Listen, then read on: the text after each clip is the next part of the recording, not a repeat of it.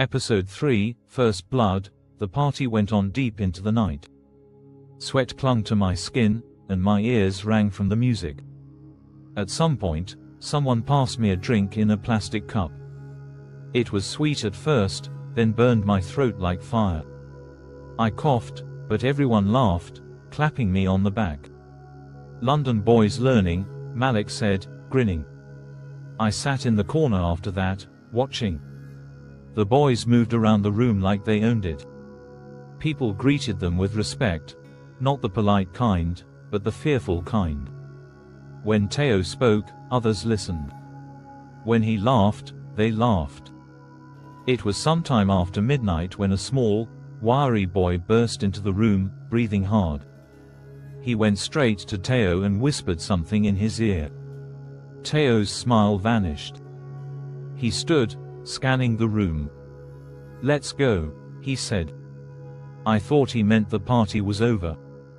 I was wrong. We spilled out into the narrow street, the air thick and hot. I followed without asking questions, my feet moving before my brain caught up. The wiry boy led us through a maze of alleys until we reached an open space lit by a single flickering bulb. That's when I saw them, another group of boys, maybe 6 or 7, standing in a loose circle. They looked older, harder. One of them had a cut on his cheek still fresh, blood glistening under the light. The two groups faced each other, silence hanging like a blade. "You think you can touch one of my guys and walk?"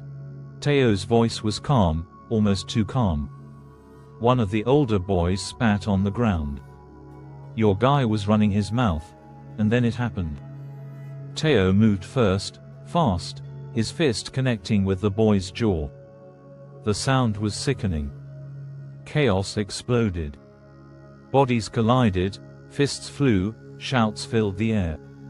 I stood frozen, my heart slamming against my ribs. Someone grabbed me from behind, yanking me forward. I swung without thinking, my fist glancing off the side of his head. He stumbled, and I felt a rush of heat, fear, adrenaline, something darker. It was over in minutes. The other group scattered, leaving one of their boys curled on the ground. Teo stood over him, breathing hard, eyes burning. He turned to me. "You held your ground," he said. I didn't know what to say. My hands were shaking. As we walked back, Malik draped an arm over my shoulder. "Now you're one of us." That night, I lay in bed staring